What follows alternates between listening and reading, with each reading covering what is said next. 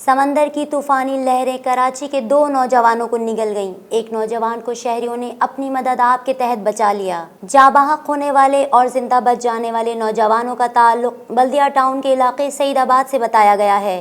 जाबाहक होने वाले एक नौजवान का नाम अब्दुल बासित है, जिसकी गुज़िश्ता माह शादी हुई थी। जिंदा बच जाने वाले एक नौजवान की रिश्तेदार खातून जज्बात पर काबू न रख सकीं और नौजवान के गले से लगकर ज़ारो कतार रोने लगीं।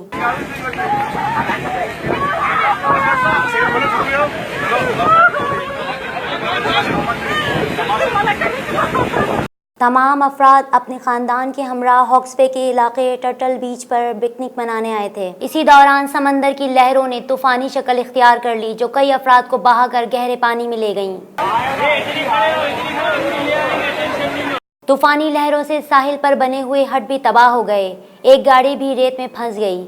कराची में गर्मी में इजाफे की वजह से शहरियों की बड़ी तादाद ने साहिली इलाकों का रुख इख्तियार कर लिया। समंदर में नहाने पर पाबंदी के बावजूद लोग गहरे पानियों में चले जाते हैं, जिसकी वजह से इस किस्म के सानेहात जन्म लेते हैं। देखते रहिए DNN न्यूज़ PK।